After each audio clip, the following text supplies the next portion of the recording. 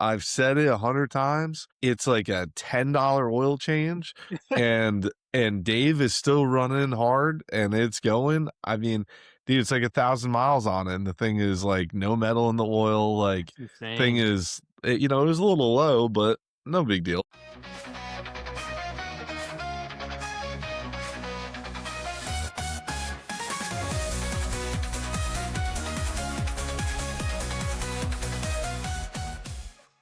Hello, Subaru Nation. We are back. And today, Dave and I are very excited to share with you Matthew's story. We have him on the podcast today. Found him through the Reddit, as I find a lot of people in the Subaru community. I find that they are all attracted to a lot of these forums. We're going to be talking today about his Baja. I think that it's a really interesting story, and I think that for you guys, it's going to be very helpful because being part of the Subaru Mechanics Facebook group, you find that like a lot of times you're on the edge of taking on a big project, or maybe you're not totally comfortable with Subaru yet and you have a lot of questions. And like somebody like Matthew bought a Baja, didn't know a whole ton about it, had some issues, did the swap. Like there's a lot that we're going to be jumping into, and I think that it'll help a lot of you guys who have had a lot of questions about this. So, I kind of want to jump in and just kind of talk about first what drew you to Subaru and how you ended up in a Baja. Yeah, so that's kind of a convoluted story. I've had a lot of beater cars over the years. I used to drive a lot of like just the four banger rear wheel drive Rangers. And basically my MO is just buy a $1,000 Ranger, and if I could get a couple of years out of it, that sort of what got me into cars in the first place was just keeping those sorts of cars running. And then I think the first Subaru I ever drove was a buddy of mine loaned me. He had like a bug eye from the early 2000s. And Love those. yeah, it was, I didn't really know that much about Subarus then, but I was working in Montana and he was like, oh yeah, you can borrow it to take it mountain biking or whatever. And in Montana, there's this place called Hungry Horse Reservoir. And it's kind of got this like, it's not mountainous, but it's not mountainous. It's this long Forest Service road that's kind of smooth up and downs and curve, like, real mellow curves, but it's all gravel. And I remember like that was kind of like the, oh, like, get it moment with Subarus. Cause like just trying to get that thing to like even wash out a little bit on those corners is like the thing just was like locked into the road, and it was really, really fun. Yeah, and that Subaru all-wheel drive. yeah, it was so cool. I never drove a car like that, and so that kinda got me. But then coming back to the Baja, yeah, I was shopping for a car during the pandemic, and things were like it was really hard to find a used car. It was hard for me to repeat that Ford Ranger thing that, like, I was priced out of the Rangers, and so, Yeah. looking at Subarus and found this Baja. It was a lemon from the day I bought it. Man. Check engine lights on the first day. So, basically from day one, I was having to figure out how to work with it. So that was pretty frustrating to say the least. But yeah, does that sort of answer that question? I don't know if I don't. Yeah, I mean, I think that a lot of people, somehow one way or another, right? They find their way into Subaru. I mean, a friend that I met in college, I was at the time, I wasn't really a car guy. I would say like I had dipped my toes in and I was going to some local meets and stuff. And like I was driving a Hyundai Tiburon, which I get roasted for a lot, but, I loved it. It was a cool car. I thought it had, nice rims. It was lower and all that. And like, I met a buddy at college who had a GF8, wagon, like a 90s Subaru wagon. And we just became really good friends. And he took me to his house. His dad had this like crazy legacy wagon that he used to race people on the street with. It had all this crazy work done to it, but he used to pack the back of it with boxes. So he just looked like an old guy driving a legacy full of boxes, and he used to just tear people up. And so, I started to get inducted. What it feels like when you get into Subarus, like people who will like Subarus, they're like, yes, come to us, join the Subaru. And Right. They're I feel waving at like, you. No? and so next thing I know, right, you just like blink and all of a sudden you own a bug eye wagon, and it's like, how did this happen? So, yeah, I mean, I think that during the pandemic, it was crazy to find cars, and I think the fact that you found such a beautiful, Baja is, like, awesome. Dave, I'm sure you can attest as you have this exact car. Yeah. Great car. Absolutely love it. For anyone who's in the market for a very dependable shop beater vehicle, in a sense, and I don't mean to, I guess, in a sense, piggyback kind of off your earlier comment, in a growingly dirting way where you start to, kind of grow fonder of it more and more. And that's certainly how our Baja's become as the shop. It has a nickname and everything. And if anyone wants to let us know down in the comments what you think the nickname for our bright yellow Baja is. Let us know down in the comments, and we'll maybe have a poll of see who gets it right, and we'll send you some merch. But we have a lot of love for it, and it's the perfect kind of fit because there's a lot of times where we need to fit, a rear hatch or something weird kind of shaped, and we kind of almost need that kind of semi pickup truck, utility aspect, but we don't really need a full size pickup truck, as a Subaru shop. There really isn't yet to be anything we can't fit in the back of our Baja. I don't know if you have the flip down extender, the bed extender adapter, I don't have but the that makes a big extender, difference. but even just with the bed down, it's like, yeah, it's a perfect little truck, and it's really grown on me. Hmm. Like you were saying, kind of having it grow on you in like a dirty way. It's like when I bought it, people were like, "Oh man, that car totally matches your personality," and I'm like, come on, like, really? I'm not a buy. It was just like it was the car that was there. And then like after a couple of years, it's like I guess I am the buy guy, and Yeah. if the shoe fits, But I didn't. It took. Yeah, it's definitely grown on me through the work and having it, and like you're saying, it's like the perfect little. You Yeah, know, it's a little workhorse. Hmm. I have to say Baja with mountain bikes and the long hair, just you are fitting the description. I gotta show it here. It's a whole look, and I This don't is the even. Baja. Yeah. So, you Yes. got the bikes, you got the yellow. I mean, dude, this thing is sweet. I love it. And, It's yeah, so loud. I also the yellow. I didn't realize how loud it would be to own a yellow car. Like I bought it, and then the first time I drove it Yeah. somewhere to like meet some friends, and I'm walking away, and I see it parked on the street next to like gray and black and white cars. I'm like, oh man, that thing is bright. Everything nowadays, though, is so, like you said, though, it's gray, it's black, it's these very kind of mundane colors. Whereas there was a time where these cars blended in a lot of ways. And I was just thinking one other thing, quick side note, Matthew, if I ever come across, I always peruse the Facebook marketplace here locally in Colorado for spare Baja bits. If I ever come across another one, that rear bed extender, which you mentioned you don't have one yet, the little flip down, not to make anyone else mad, but we picked ours up for about Yeah. $100. Okay. So if I can find one here locally for the same price, I'm gonna send you one. Let me know. Yeah, man, that would be I sick. got you. That would I'll be pick it. sick. I'll pick it up. I'll pick it up and I'll send it to you. Don't worry. Like I said, if I can find one for Thank you. $100, they do pop up sometimes. Yeah. And so luckily here in Colorado, we're in we're almost Subaru land. So these things pop up. And like I said, I was lucky enough to find one for $100, literally. So That's I'll right. keep you posted, Matt. now, Yeah, that'd be Matt, sick.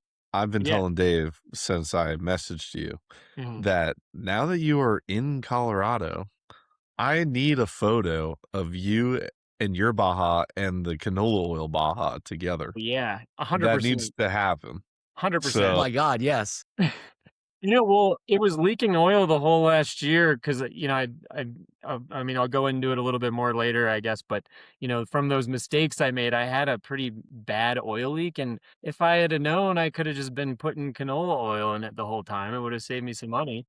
dude, I'm telling you, like, I've said it 100 times, it's like a $10 oil change, and Dave is still running hard, and it's going. I mean, dude, it's like 1,000 miles on it, and the thing is, like, no metal in the oil, like, It's thing insane. is it was a little low, but no big deal. Yeah, we had to add a Top it little off. bit, but Yeah. it's gonna Yeah, be you a little go bit thinner, so I predict it burns a little bit of it, but at the same time, um, our Baja is well over 200,000 miles on it, and you know, for anyone who's already mentioned or is going to mention in the comments about what atrocity we're doing, uh, we bought it for very, very cheap. We're talking. I won't get into specifics, but let's call it very close, around $1,000 is what we Man, bought it for. that's a screaming deal. And so, and we had to, and at the time, it was interesting. We bought it with the transmission was completely gone out. It had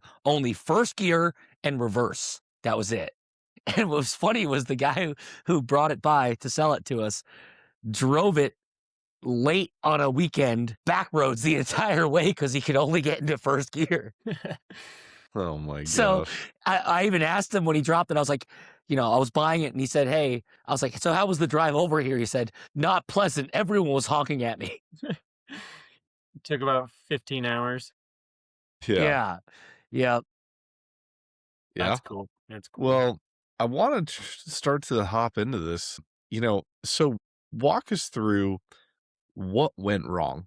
How did this thing end up needing an engine? And I believe I saw you said you were about 2 years in and the timing belt snapped, I think. Mhm. So just, I think that this is like the most important part for everybody, right? Is like you buy a Subaru, you hear all the horror stories about timing belts and head gaskets and everything else. And you get to that point, right? You're 2 years in, timing belt snaps, and you're like, well, what do I do? You're not really that like, I don't know how handy you are, but it seemed like you don't have a ton of experience doing this. So like just walk us through the process of how you decided you were going to do an engine and then the steps that you kind of took to get there. Sure. Yeah. And what was the mileage when you got it? Just for context, just to baseline it Is that about 100 and about. 113, somewhere thereabouts? Okay. Yeah. Yeah, so basically I'm a surfer and I'm from the Great Lakes, which this is the most unbelievable part of the story, but I was driving down to northern Indiana. It was like Thanksgiving week to surf and left the beach parking lot, was driving down the road, and I remember there's like this like grain elevator like under some railroad tracks, and like I remember like driving past that and just feeling like this like lurch, like almost like I put it in the wrong gear and stalled out and the car just shut off. And I'd kind of, Oh, I had done a little bit of Mm. maintenance on my cars before and I kind of knew like I've heard some stories about what happens when a timing belt goes, but I didn't really know that much and basically had it towed to the nearest shop and they were like, you're probably going to have to get a new car because they basically quoted me like the same amount that I paid for it and it was like, so I went home and I did some thinking and I was staying with my parents at the time and they've got some extra garage space that was like full of boxes and stuff. And I was like, I really don't want to buy another car. I just bought this thing like 2 years ago. I've done some maintenance and I started Googling and looking things up. And, people are always like saying, oh, the Subaru engines, they're super easy to swap. They're super easy to swap. But I had never done anything like that before. So, like, when a They mechanic kind of are though. yeah, the mechanics is something is easy. It's like you gotta like I found that like, the 3-hour job sometimes for a mechanic is a 3-day job for a novice. So like yeah. Yeah. Sure, there's I had to context there, but yeah, it is I for can, context. It is the easiest engine, and I can say professionally as a 25-year mechanic, yeah, Subarus have one of the easiest engines to swap, and that's kind of why we say that is because it's true. You try to do and I've done this on a Bentley engine, and yeah. yeah, as a professional mechanic, you're still going to take a week to pull that thing out. yeah. As, So Yeah, that's a as, nightmare. as and it somebody who has had his bug eye engine out 3 times in a weekend, I could say, that yeah, it's for me, It gets not easier. so easy, but for the people I had helping me, very easy. So it depends on who you got. Yeah. Yeah, and I would definitely attest to that now, I think, like, seeing my progression as I went and, like, from the first time I pulled it to the second time I pulled it, first time, you're going slow, you're being careful, you're looking at a YouTube video every 10 minutes. Second time, I was able to pull the engine and strip it all the way down to the block without needing to look anything up, and I'd only done it once before, and it was like, I was so proud of Yeah. myself, like, I was looking at it on the Bravo, same man. dude, I didn't have to look at a YouTube video or You're anything. like, I got this. I I got know, it. yeah. You had it at that point. Yeah, And to it kind of clicked, and that's kind of that point of what we were saying, or we as, professional mechanics, we say, yeah, it's easy to pull out. Yeah, there you go. There you go. thank you, Yeah, thank you. yeah. It's easy to pull out because, yeah, it's one of the easiest engines that there is to pull out. So yeah, you're Yeah. right. Does it take extra consideration and time? Certainly the first time, but Mhm. you'll get the hang of it pretty quickly, and you'll find out why we said, like you said, what we say about it's just not a daunting task to pull a Subaru engine as much as, like I said, certain Ford F-150s or whatever, Yeah, yeah. So, Dave, are you saying that your labor rate should be half of what it is? Yeah, where you gotta oversell it. Well, actually, correction that and to that level, we're actually really keen on, and proudly as a shop, we believe in there's what we call labor overlap. And so, for example, if a customer, let's say, comes in with an engine, or sorry, a clutch that's blown out. But we also give our full thorough inspection. We verify that, hey, the valve cover gaskets are leaking. Probably going to need spark plugs at that point because the tube seals are leaking into the valve cover, the spark plug tubes. You also got, let's say a timing belt that needs replaced too, because you're right at, 198,000 miles. We can do all these things, and we can, again, go by the book and a la carte every one of these items, and that's disingenuous. In our case, we say, okay, the best case scenario is we pull this engine. We don't pull the transmission to do a clutch at that point. We pull the engine. And we can now do the clutch. We can now do the valve cover gaskets really fast and easy for really like nothing. You know how easy valve cover gaskets are to do or even the infamous spark plugs on a Subaru with an engine out. We did a funny post about it on the group about where we used the, you know, 10-foot extension, but the engine was on a stand. We're like, hey, I don't know what anyone's complaining about with spark plugs. They're really easy. But that's the whole point. When an engine's out, so much easier to do a lot of these things.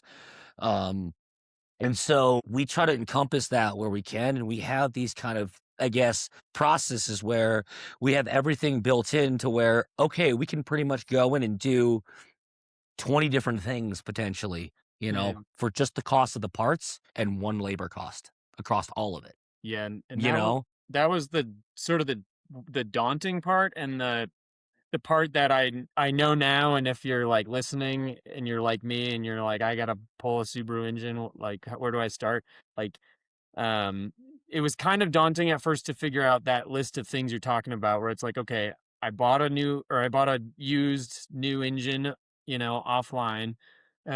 What do I need to do to it before I put it in my car so that I don't have to pull it out again?" And kinda going through that list was, like, a little bit daunting, at Sure. first, just because, there's all these little seals and water pumps and things that you're as a mechanic, like, you don't yeah, I didn't ever Yeah, think you're about like them, but, I had parts, like, just streaming in from Rock Auto and Parts Geek for, like, weeks, like, random seals showing up and, like, random miscellaneous things, like, "Oh, I'm God. gonna need that, I'm gonna need that." And you're trying to figure out where it goes Yeah, sometimes. You're like, yeah. where does this fit? Yeah. Yeah. "What is this thing?" Yeah. So, that was, like, So the most daunting part, I think, was trying to figure out everything I should do to it. so before Yeah. you even got to buying parts, you had picked up a JDM engine, no? Yeah, I think I was kinda doing them side by side, like, simultaneously. Um, yeah, I got a JDM engine from eBay, and it showed up on a big pallet, and my car's, like, dead in the garage, and I'm like, "This is the point of no return here," like, I think it was kinda I tried to order everything all at once, but then as I got into it, there were just a handful of little things that I just didn't know about, you don't know what you don't know sort of thing. Yeah. Until you get in there. But that's the other thing too about just building an engine is you might as well just have everything at hand. Yeah. And for us as a Subaru only shop, it's easier to say. But yeah, when you don't have every seal or every nut, bolt, washer, that you could need Mhm. just in a parts bin in a shelf ready to go, Yep. and like you said, minus even the whole experience aspect of knowing what's what and how to order things. Just having all that at your disposal really adds to that, I think, time expenditure that I think most people Yeah. don't understand when they're getting into it. And I think you could appreciate that or agree to that if you're trying to do this on a weekend basis, Yeah. as your first time, you better have professional help and have professional resources if you're going to do this in a weekend turnaround, Hmm. kind of Yeah. thing. I think that people should be aware of that is, as you've highlighted, it takes, there's a learning curve, it Yeah. takes time. But respectfully, I think you would agree that you feel all the more better, well off now after the fact because you have gained that experience and you understand so much more intimately your car and your engine and what makes it tick, simply put. Yeah, it's extremely satisfying, and I love taking on projects like this. Like outside of car world, I'm always doing big stupid projects that like but yeah, like the first time around, like for an example, like the coolant crossover tube seals. Never in a million years. Didn't even know that was a thing. Didn't even you order the head gaskets, you order the tires, you order the water. Well, like coolant crossover tube seals. Didn't know what that meant. Who cares? What are they? And like Now you know. yeah, and then, like, when coolant started flowing out, like, as soon as I started pouring it in the first time around, but then the second time I pulled it just recently to fix some of these little mistakes and big mistakes, like, I knew right away, I was like, "Okay, I'm gonna be stripping it down to the block, so I'm gonna be taking the coolant crossover tube off, so I need to order a couple of those because I don't know if the old ones I mean, old, but if they'll be any good." Like, little things like that, like you're saying, where you can't do it in a weekend the first time, but when you know what you're gonna be getting into, you can plan and you can just have everything ready, but it takes that Yeah. first time to sort of realize. The one of the things that I learned early that was a big mistake that something that you wrote in your Reddit post connected with me that you said that you'd been driving the car for about a year since swapping the engine, but you said the mistakes have haunted you the entire time. Yeah. And to me, that is something that sits with me because when I do a big project on a car and I know it's Hmm. not right, or I know that I have to go back to it, dude, it does haunt you. And like that's what keeps a lot of people from Yeah. doing something like this is the haunting feeling of like, man, what is that noise? Or what is this light? Or what did I do? And something that haunted me was when you do a clutch, they always say when you do Subaru clutches, you always do the clutch fork because it's going to break if you don't. And if you put it back together with the original clutch fork, it's going to snap. It's every Before time. the life expectancy of that clutch. And so that's the other Yes. killer point is you're going to kill that clutch that would have lasted longer, Yep. Mhm. Eh, And that's just like one of those lessons that every Subaru guy learns when they do a clutch for the first time. They think it's no big deal. I'm just gonna pull the engine, throw a new clutch in it, put it back together, and then next thing you know, your yeah. fork snaps, and you're like, Yeah. "What I think happened?" famously one of the biggest dangers of doing any kind of work. I don't think it just encompasses automotive, but I think if you're going to do any kind of work, let's say to your house, even you're going to do a new bathroom, and you have one of those moments where you're in the thick of things, and things maybe not going as optimally. That's usually when it happens, and you have that internal moment. You say, "I'll come back to this." Those are those moments that you have to, fight. I think with experience, you learn to almost suck those moments up in a sense and go, okay, I thought this was going to take me 3 hours, but guess what? It's taken me 12. Yep. Yeah. And I think electrical is a perfect example of that when it comes to wiring. I think there's so many times where we get something all wired up. Okay, you everything wired up, it works. Well, now I got to run the wires. I got to pull Yep. the headliner down. I got to pull the interior apart. I got to pull, whatever. I got to run it through a fender liner. I got to find a hole through the firewalls. That's one of the most daunting tasks in electrical automotive wiring is how do you get something through a firewall without ingressing water into the passenger compartment and not, just drilling a hole, Now I think it's a struggle where anytime you basically have those moments of I'll come back to it, it's usually a moment you should self-reflect and maybe take and spend more time on it and commit to more time on something. Yeah.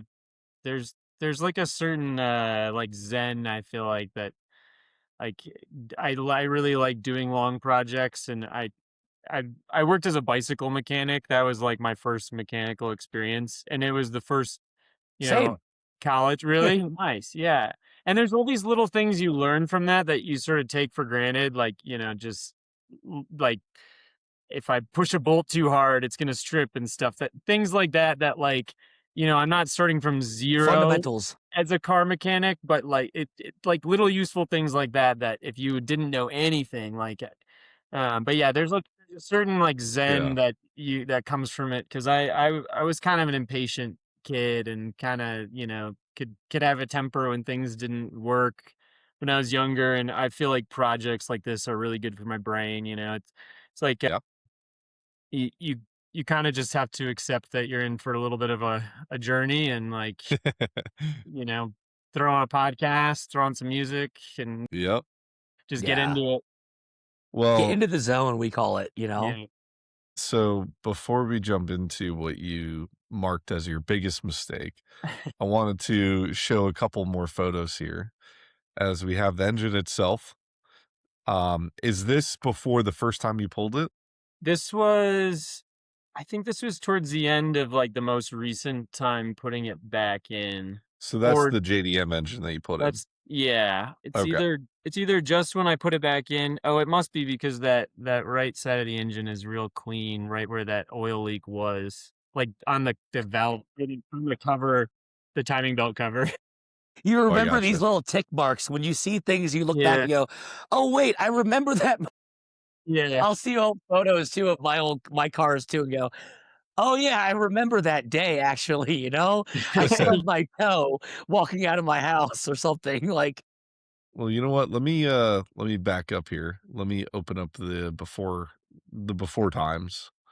Let me see here. Um, Let me so see if I can I have send the you some more. picture of you pulling the engine. Let me just put that on Yeah. screen here. how So miserable did you look? Let's see. Not too bad. There's my I thought it girlfriend's was gonna be hands up you there posing helping me, with it, like, pulling it up. Yeah, so no, it this so this is like, you got the hoist set up, you've got everything nice. mostly, ready to come out. Yeah. So what did you feel in the moment when you were like, "We're there. It's coming out first time, you know, we've done it." well, yeah, I mean, this time around, it was a lot less daunting, like I said. I think, talking about projects that, like, haunt you, it's like, I just knew with this oil leak I had, and I was about to move, so it's like, I need to take care of that before I move, and I would literally lay in bed, like, at night thinking, like, "I gotta take my engine out again," and then Yep. Then hit me honestly, in the feels. yeah, like I put it off for, like, months because it was like, "This is gonna take me days," but honestly, like, once I got going on it, I enjoyed it, and I really got into it, but it was kinda like that Yeah. starting it that was the worst, and, the weirdest thing when I finished, I don't know if you guys have had this experience before, so I dreaded the project for, like, months, and then I finished it, I cleaned up, and I was, like, going in and out of the house, coming through the garage, and I walk into the garage, and it's, like, empty. My car's not there, my engine's not on the stand, like, it's parked, it's running now, it's parked in the driveway, and I kind of felt, like, sad seeing the garage, like, empty in a Yeah. way because, Yep. like, the project was over. Like, I was glad that it was over, but it was, like, it was the weirdest feeling ever seeing, like, feeling sad when I saw the empty garage, like, even though it was like, "Thank goodness it's over." Okay. No, I think I can add a small bit of insight to that because I think that for as long as I've been working on cars, not just professionally, as a mechanic, but as an enthusiast, because I don't think that you do the things that any of us have done without being either somewhat passionate or a little bit crazy, maybe a little bit of both.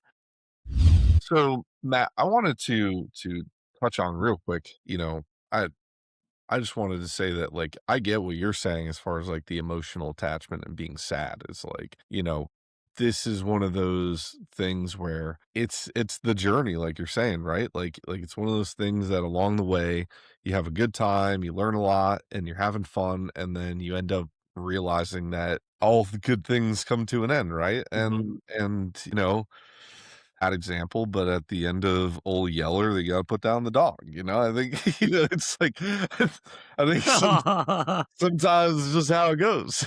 Um, I think that, like, it's amazing that you took this on. I think it's cool you got to do it with your girlfriend, right? Is that what you said? Yeah. And, Yeah, y she's like a farm kid, so she's like, I was like this like spoiled kid growing up, and she's like a farm kid, and she just like is has like zero qualms about like projects like this. I feel like it's like one of my favorite things about our relationship is just like wandering around Home Depot looking for some weird bolt. Like I don't know why, but it's like it's that's part of the enjoyment of it too. Yeah, and I've felt it multiple times. You make an emotional connection with these cars. I think that Subaru in particular is well known for people falling in love with them. I think that they get you through the tough storms, they get you through the tough times. They're easy to work on. They don't complain when you beat on them. Like their car, I feel like with something like a Mercedes, right? People they beat on them, they break, you get a 90 different lights on, you start to hate the thing. Like same thing with like And then you go the buy a BMW. the same thing with like new Volvos. Like people are like, why did I had a lady, dude, she would not stop buying Volvos. She was like, every Volvo I take 200,000 miles, and then she started buying these Not the new new ones, ones. and she couldn't even get them over 100K. And I was like, at some point, right, you got to realize that this is not the Volvo you used to buy. Like this is like the emotional connection started when they were good, and now they're not good. So I think that you got to just come to terms with that. But I think with Subaru, right? Subaru's always been consistent. You're always getting a variation of the same engine. You're always getting a variation of the same car. They're making the updates that are like, the things that people want. But I think that in terms of like what you get at the end of the day, it's mostly the same. And that's what people love about them. So I think it's great that you've made that connection and that you started something that you were a little bit, I'm sure, on edge about, and you attacked it head on. And then at the end, you get to say you did it. And if anybody ever questions your Baja, I'd be like, I put that engine in, dog. Right.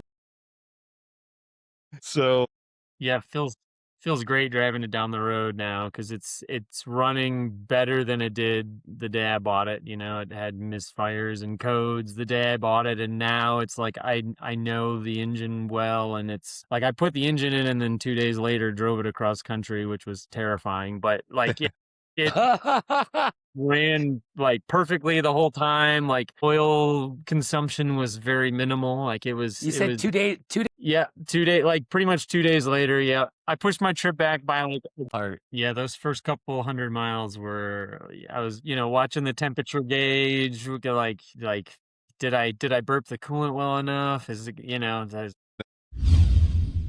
Matt, the one thing I want to talk about is you talked about your biggest mistake, which I think that everybody who does this fears is they're going to have their biggest mistake come true. And I think for you, right, you had mentioned scratched camshaft while removing the old seal, which led to a pretty significant oil leak. And yeah. then my favorite was I don't even want to talk about how much oil I've put in this car to keep it Don't running. ask. Yeah. And I just found that hilarious because I know a lot of people have definitely been in that boat where they're just like, "Oh, man, this is a lot of oil." Yeah, it was pretty bad. It was pretty bad. So, what was your thought process when that happened? Like, how did you go about fixing that issue? Well, it's like it's funny because there's like all the obvious things that you need to be really attentive to, like the timing belt, like check your process, do the timing belt right, the head gaskets, Mhm. like make sure you get them machined. There's 600 pages of Subaru forms talking about like, here's the best way to clean your head, your mating surface, all of that. So there are these things that while I was doing the engine swap, I was like really, really, really hyper fixated on. Like can't mess up timing, can't mess up head gaskets, things like that. But then the funniest and most horrible part was like these camshaft seals. I got fresh camshaft seals, and it's like every YouTube video I could find was just like, oh yeah, just take a small flathead screwdriver, pop it right out of there. And that was not my experience at all. I don't know if it was like dry rotted in there or what. So it's just like it was maddening because it's like I tried to be so diligent about the hard stuff, and then it's like the easiest thing is the thing that like got me. And yeah, I just couldn't get the seals out, couldn't get the seals out. I was working on them for forever. I like went and got like a seal puller tool because I couldn't get it with a regular screwdriver, and just when I got it out, I just completely just scratched the shit out of like Mhm. the Man. surface where the seal sits. And you know, one of my friends, he's a lot more experienced than I. He's like, I don't know, man, that looks pretty bad, but you might be able to just throw some JB weld on it and like maybe some gasket like maker around the seal, and you know, hope for the best. Tried that, still was leaking quite a bit.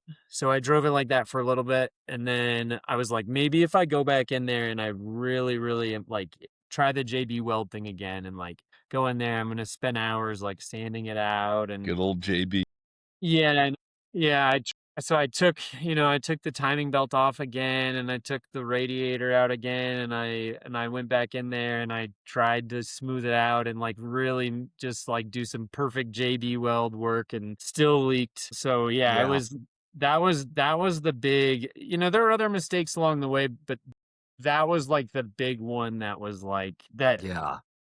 It was just And that one stings. yeah, I could see this hot drop of oil every time I would like, you know, Yeah. check my oil or look under my car. It was just it was Well, painful. and if it makes you feel somewhat better, even as a professional Subaru shop with every possible seal remover known to man at our disposal, some of those seals, you're not wrong, are just glued in there. Yeah. So we'll do everything right, you know, as the book says, but we still have to really fight those things out there. So you're not wrong in that. Sometimes it just not only does it take the right tool, even, but it just takes a lot of time and patience to get those things out, Yeah. and real a lot of attention to detail and care to not risk doing any kind of other damage as you experienced, you know?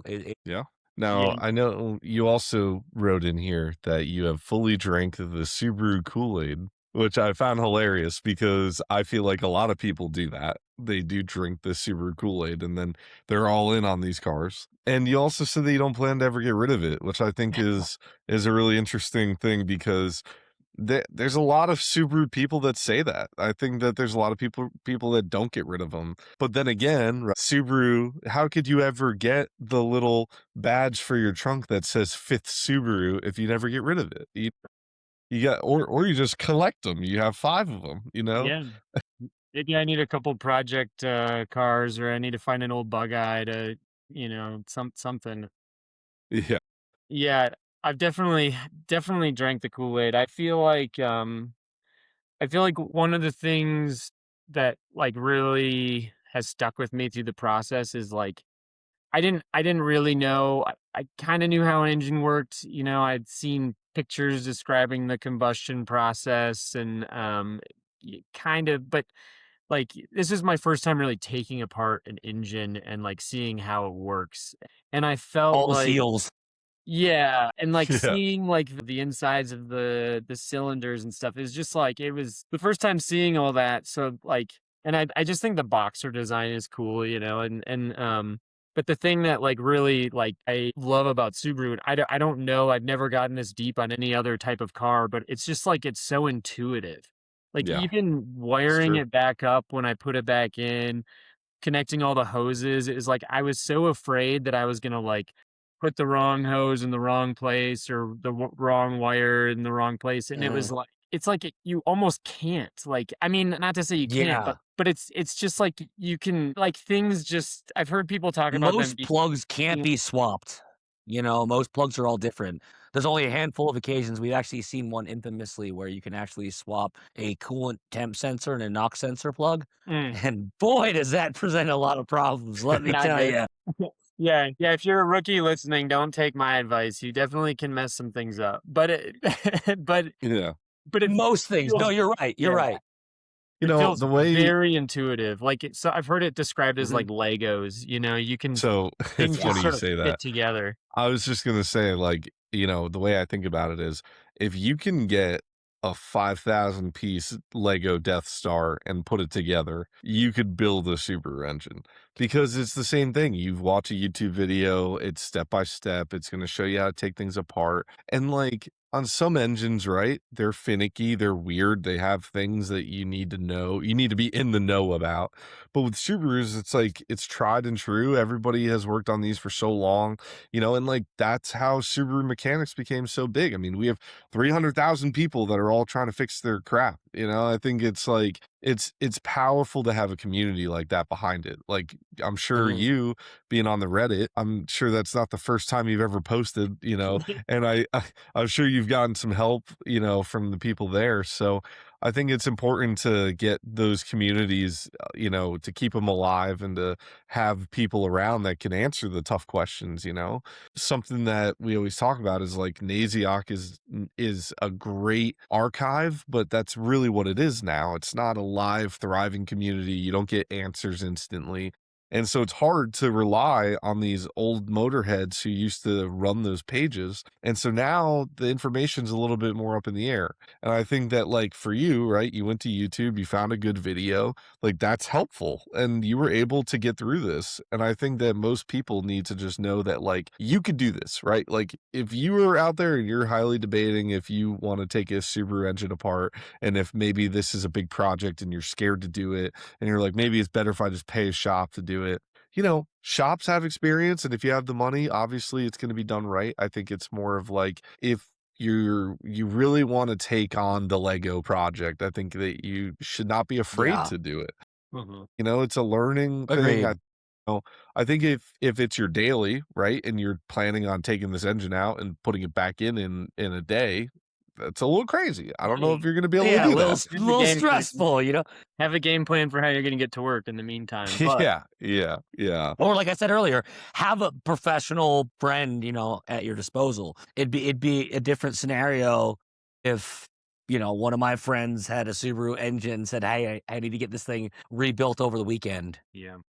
All right, well, even you being my friend, I'm still gonna tell you this is not gonna be free. You're gonna owe me a lot of beers. And then beyond that, yeah, things might still end up where Monday morning you might have to Uber to work because we're waiting on one part, Yeah. Like, and you're gonna come by after work on Monday and we're gonna be working till 2 o'clock in the morning to get your car done. Like, there's a level of, okay, if it's all hands on deck, it's all hands on deck commitment. But if you have, like, as you mentioned, Patrick, the luxury of having some time, expenditure, and ultimately you really want to undertake that learning process, which we encourage so highly. There's a learning process to everything, and if anyone wants to encompass that, we are there as a proud supporter of the group to want to help enable that.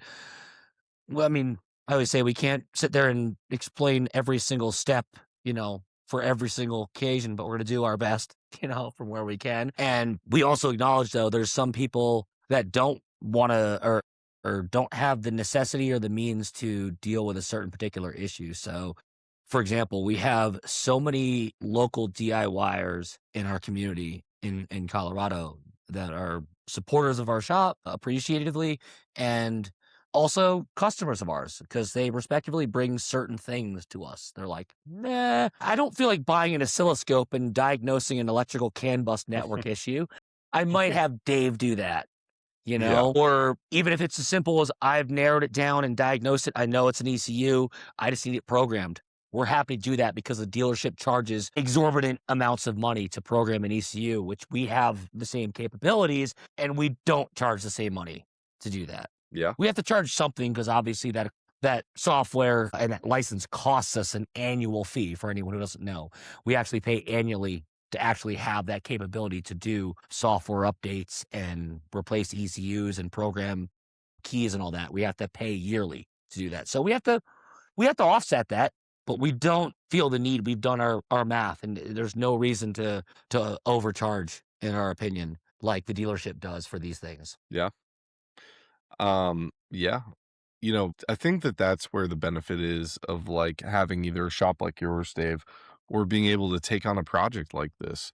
I think that you learn the value of what comes with these kind of things. And, like, you're not walking into a shop blindly not knowing what it's gonna take to do this job, right? You've had this engine out. You know what it takes. You know that if they quote you 15 hours or 25 hours or 40 hours, you're like, "I did it as a rookie in this amount of time."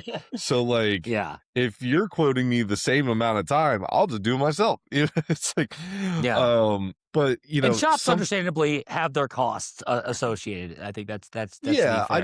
I just think being a customer, you're not gonna go in blindly not knowing what it takes to do this. I think that Totally. it's good to know that. And, my favorite quote from you from your Reddit post is the last sentence on this post, which is, "I'm confident I could fix just about anything on this car now, short of totaling the frame itself." Knock on wood. Yeah.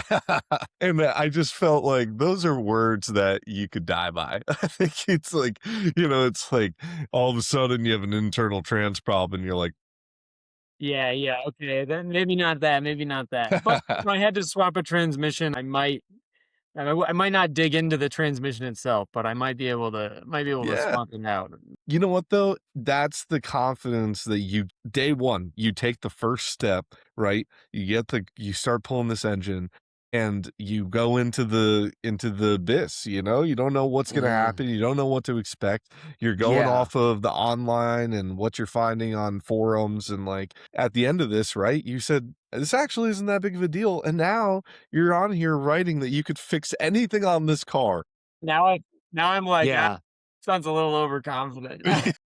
The biggest expenditures, like as I mentioned, become like, I guess, a sense of tooling equipment, of course. I mean, Yeah. is anyone going to go out and buy their own machine to do cylinder head resurfacing on a DIYer level?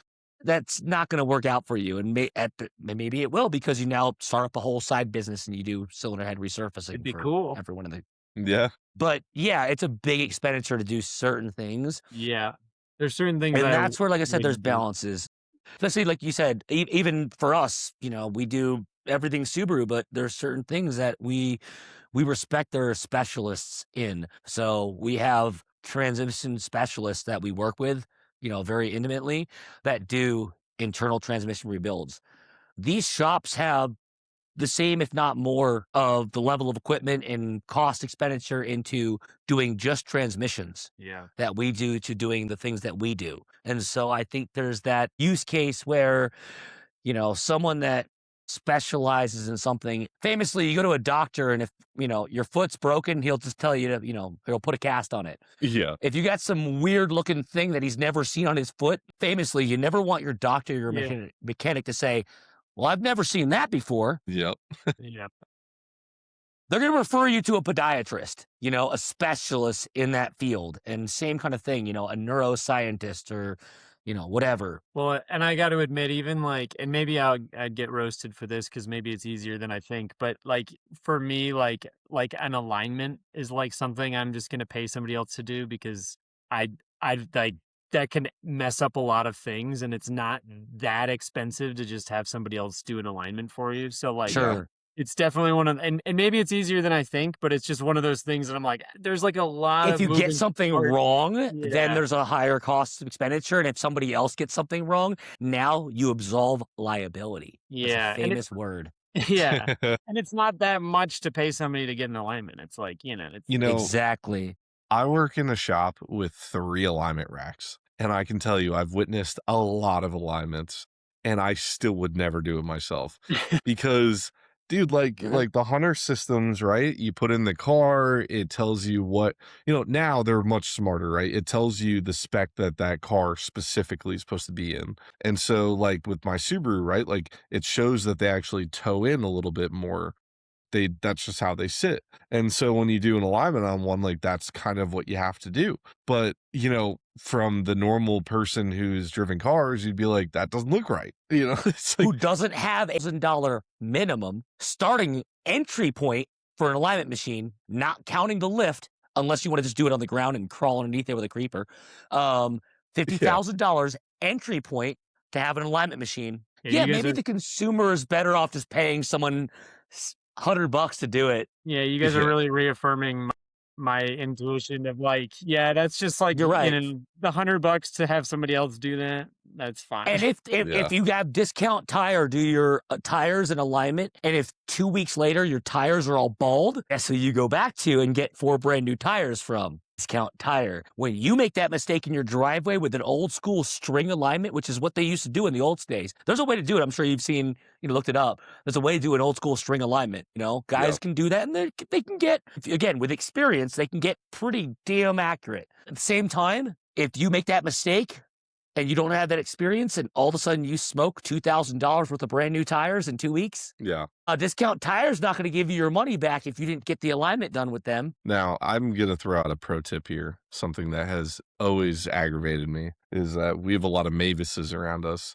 And if you go to a Mavis and you get a tire balance, it's almost always off. You get in your car, you start That's going down the true. road, blah, blah, blah, blah, blah, blah, blah. They just like, you know, pro tip, if you don't know your mechanic and he's not like, a specialist, or he's not knows what he's doing in balancing a wheel, right? Ask if they have a road force balance machine, because then they have spent some real money and the mechanic is not the one balancing your wheel, the robots The are. machine And is. and that is what you want. If you have a guy at Mavis spinning your wheel and being like, I think the weight goes there. Well, guess what? It's not. It's going to be wrong. It's not going to spin right. It's going to be off. Well, and that's what the expensive, high quality alignment machines are doing too. A lot of it, so much is automated. They're not actually able to have a robotic arm reach down, undo the Yeah. tie rod, lock nut, and adjust the tie rod to the perfect spec. They need a mechanic to physically enable that. But they're giving you, for anyone who's never, you get your printout from the alignment. Everyone's seen the little great printout. It's like red, green. Oh, look, you're in the green. You're perfect. Yep. That's what we see too. It's the same thing. We see the exact same thing. And so it's, well, I'm not going to let a car leave out of my alignment bay that's in the red, Yep. because that's just negligence, And so we have the tool to do it, but these tools, again, are very, very expensive. They're using very high-tech imagery, computing, if they're doing it accurately, like you said, not just for, alignments, but wheel balancing, as well as they also encompass a very, very high cost expenditure for these shops. So Well, yeah, it's hard pressed for the average consumer to have a 50,000, again, that's a minimum starting point, yeah. alignment machine at their Well, house. Dave, I'll tell you that I live in the Rust Belt, and I don't think robots will ever be able to do alignments here, because they They'll would need a never be torch. able to break anything free unless they're coming in with their torch arm and they're undoing things. Yeah. Exactly. Let me get my magnetic heat inductor and wrap the coils around this, and then I'm just gonna. No, you're not. Now, Matt, every time we have a guest on, Dave and I walk through the canola oil situation with his Baja. This is something that has been going on for quite some time. And everybody has given their guess on how many miles Dave's Baja is going to go running on canola oil. I am very interested to hear your answer to this, being that you drive this exact vehicle. So right now, Dave, what's the mileage at? So I don't know the exact. We're just right about 1,000 miles. And how many miles are on the car? Over 200. I think it's right about 209,000. So 209,000. This Baja has 1,000 miles on it of running straight Crisco canola oil from the grocery store. Dave is driving it to 3,000 miles, and then we're going to assess. We're going to take a sample. We're going to send it out to Blackstone and get their take on it. And we're going to, Don't tell anyone. yeah, and we're going to essentially kind of figure out what's going to happen inside of this engine at that point. My question for you is, we're 1,000 miles in. Do you think it'll go 3,000? Do you think it'll go 2,000? Where's your head at? I think it'll go 3,000. I say this as like somebody that doesn't really know anything. I feel like if you're 1,000 miles in and it hasn't started breaking off chunks of metal, I had a friend, and I don't know if this is good advice, but I had a friend that said if your car can drive 6 miles down the road, it can drive 600 miles down the road. That's good I like advice. that point.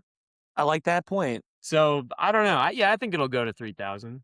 The thing about the canola oil is that the temperature it can go to for boiling, right, is very high. So we're not too worried about it getting too hot, but we don't know the freezing point of canola oil. This is the winter. We're in the winter time here in Colorado, Y- so Yet to be seen what is going to happen when it gets too cold. Yeah, I think it's gonna get apparently, this weekend, right? Maybe. yeah, I've heard from my employees who obviously regularly drive the vehicle that apparently on cold mornings it tends to crank a little slower, almost like the battery's Mm, a little dead, even though the battery is perfectly fine. So for we may anyone have the wondering, it seems like we may have the first signs of the canola oil. Boy. Maybe Well, I gotta change my answer then.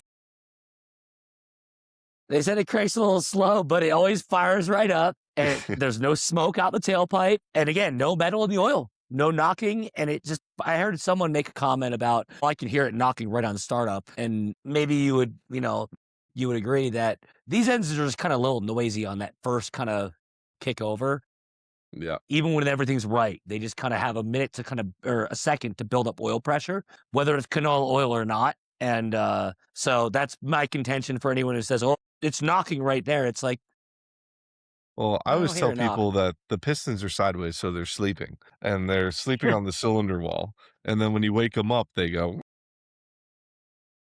Yep. So, yeah. So, I mean, we're gonna see what happens. I hope that Dave continues to put mileage on this thing, and Yes.